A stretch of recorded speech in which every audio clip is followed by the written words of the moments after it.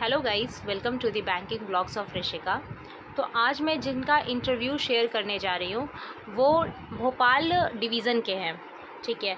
और उनके साथ उन्होंने जो जो रिव्यू देखा था, मतलब लोगों का, कि इंटरव्यूअर बहुत काइंड होते हैं, क्वेश्चन ज़्यादा डीपली नहीं पूछ रहे हैं, या फिर डीवी का जो टाइम होता है 1 घंटे के अंदर हो जाता है, ये सारा जो था उन्होंने कहा कि मेरा सब कुछ जो जो मैंने सुना था बिल्कुल अपोजिट मेरे साथ हुआ।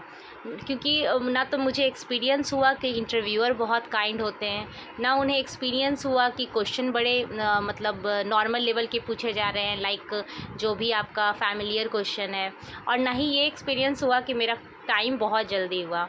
तो ये सब थोड़ा सा बहुत अजीब तरीके का मतलब हुआ, तो इसलिए मैं सोच रही थी मैं ये वाला वीडियो आपके साथ शेयर करूं, क्योंकि अभी टाइम बहुत ज़्यादा हो गया है। बट मैं नहीं चाहती थी कि इसको मैं अगले नेक्स्ट डे करूं, ताकि जिनका भी कल अगर इंटरव्यू है तो वो एक बार इसको डीपली सुन ले कि इस तरीके से भी हो रहा है, तो ताकि वो अपना माइंड सेट करके जाए कि ज़रूरी नहीं है कि हर चीज़ जो हम सुन रहे वही हो, कभी कभी उल्टा भी हो सकता है। तो बस बिना टाइम होके तब तक मैं करती हूँ स्टार्ट, और आप प्लीज़ स्टार्ट कर दीजिए मेरे अपने चैनल को सब्सक्राइब करना, शेयर करना, लाइक करना। तो उनका एक्सपीरियंस मैं आपके साथ शेयर करूँगी। उन्होंने सबसे पहले ये बताया कि उनका जो इंटरव्यू था वो 1 बजे था, मतलब 1 बजे उनकी टाइमिंग थी इंटरव्यू की।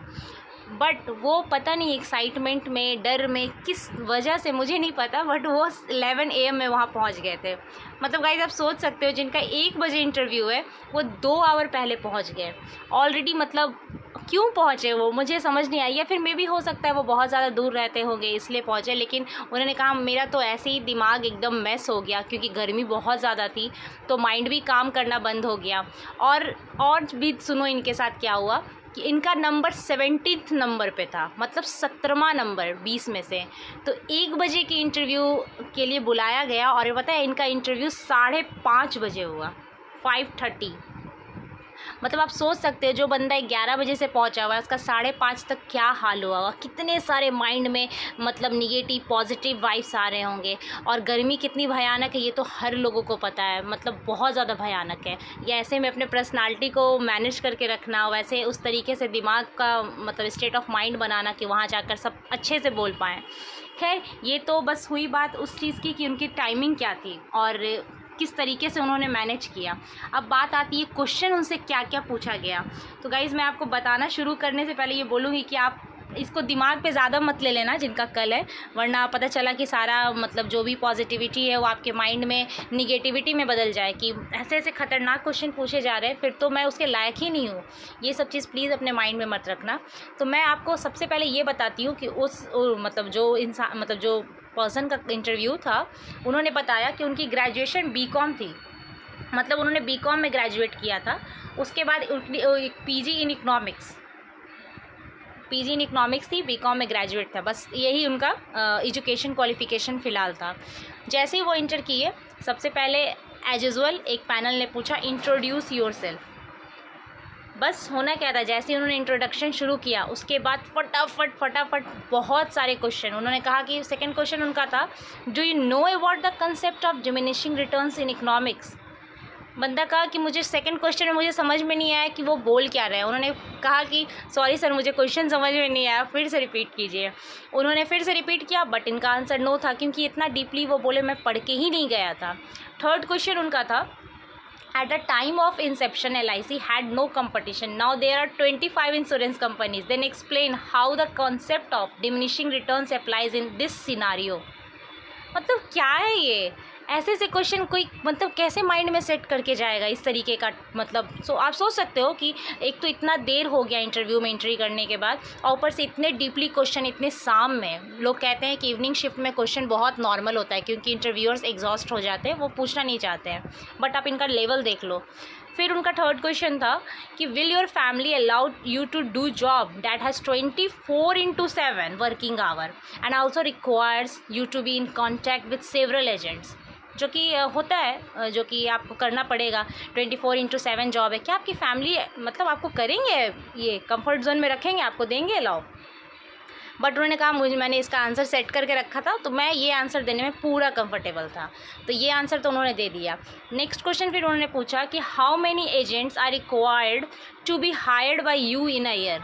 अब अब बता सकते हैं, अब सोचिए अप्रॉक्सीमेट बंदा क्या बताएगा, जिन्होंने अभी जॉब में एंट्री भी नहीं लिया है, उनसे पूछा जा रहा है कि आप 1 साल में कितने एजेंट्स रिक्वायर मतलब आप हायर कर पाओगे। तो खैर ये उनको अपने कैपेबिलिटी के अनुसार बताना था, जो उन्होंने कहा, फिर भी मैंने बता दिया क्योंकि ये डीप क्वेश्चन ज़्यादा नहीं था तो उन्होंने आंसर कर दिया। नेक्स्ट उनका था question, how many policies are you required to sell in a year. Next था, what is the tangible asset of ADO। मैं सारे क्वेश्चन आपको एक बार बोल देती हूँ क्या क्या क्वेश्चन था, ताकि आप भी एक बार माइंड में सेट कर लो। नेक्स्ट उनका क्वेश्चन था, what qualities would you like for in an agent, mention any 3। मतलब उन्होंने एक लॉक मतलब लगा दिया था कि आपको 3 ऐसे बताने हैं। फिर, since you are economics graduate, tell me what will you do to sell a policy in rural area where people are not aware about insurance. तो ये तो सब नॉर्मल सा क्वेश्चन है, ये चीज़ तो आपको अवेयर रखना ही पड़ेगा कि आप रूरल एरिया में किस तरीके से काम करोगे, क्योंकि वहाँ के लोग तो अवेयर होते नहीं हैं। नेक्स्ट उनका था, since you are an economics graduate, tell me how will you reason with the people of low income group who did not buy insurance because they don't have enough funds to pay premium and people of high income group. वही question था कि आप एक economics graduate है तो आप किस तरीके से उनको कॉन्विंस करोगे, क्योंकि बहुत लोग ऐसे होते हैं जो अफोर्ड नहीं कर पाते इंश्योरेंस को, है ना।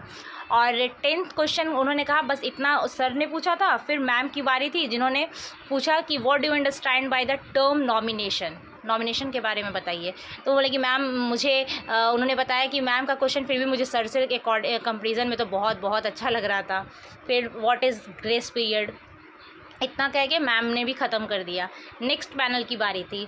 उसके बाद उन्होंने पूछा कि as you have study economics, मतलब इकोनॉमिक्स उन्होंने ग्रेजुएट इकोनॉमिक्स में उन्होंने PG किया था। इकोनॉमिक्स रिलेटेड बहुत सारे क्वेश्चन अराइज हुए थे गाइज। उन्होंने कहा कि अच्छे खासे क्वेश्चन उन्होंने इकोनॉमिक्स में पूछ दिया था। फिर उन्होंने कहा कि, और उसमें से ऑलमोस्ट उन्होंने कहा मैंने बहुत सारे क्वेश्चन का कह दिया कि मुझे नहीं आता है, से सॉरी। उन्होंने सीधे सॉरी कह दिया, क्योंकि ऑब्वियस बात है इतने डीप तो कोई शायद प्रिपरेशन करके जा रहा हो। नेक्स्ट क्वेश्चन उनका था, और शायद ये लास्ट क्वेश्चन उन्होंने बोला, ये लास्ट ही था। They asked me about a term which I have never heard. मतलब उन्होंने एक ऐसा टर्म पूछा जो कहा मैंने कभी सुना ही नहीं था, ना ही प्री के टाइम ऐसा मैंने पढ़ाई की, ना मेंस के टाइम और ना ही इंटरव्यू के टाइम। तो ये था उनका ओवरऑल एक्सपीरियंस, जो कि बहुत ही मतलब बहुत गुजारे था, मतलब एकदम अलग डिफरेंट। इतने डीप क्वेश्चंस, शाम वाला मिल गया, वो लगभग 5-6 घंटे बंदे एकदम अपने माइंड को सेट करके रखे थे। तो इस तरीके का भी एक्सपीरियंस हो रहा है गाइस, इसलिए अपने माइंड में कोई भी ज़्यादा टफ़ और सॉफ्ट मोमेंट लेके मत जाइए, एकदम काम रहिए और काम रहिए। बस यही बोलना चाहूँगी। बस वीडियोस को आप देखो तो बस एक माइंड में सेट करो कि हाँ मतलब इस तरीके का भी हो सकता है, यही नहीं कि आपको सोचना है कि मेरा भी ऐसा ही होगा, है ना। बस इस रिव्यू को डालने के पीछे मेरा मकसद है कि मैं आपकी थोड़ी हेल्प कर सकूँ, थोड़ा सा रूबरू करा दूँ कि क्या क्या डिफरेंट तरीके से भी पूछा जा रहा है। बस यही था। प्लीज़ मेरे चैनल को सब्सक्राइब कीजिए, अपने चैनल को सब्सक्राइब कीजिए, शेयर कीजिए और लाइक्स कीजिए। बस यही बोलना था। Good night, thank you.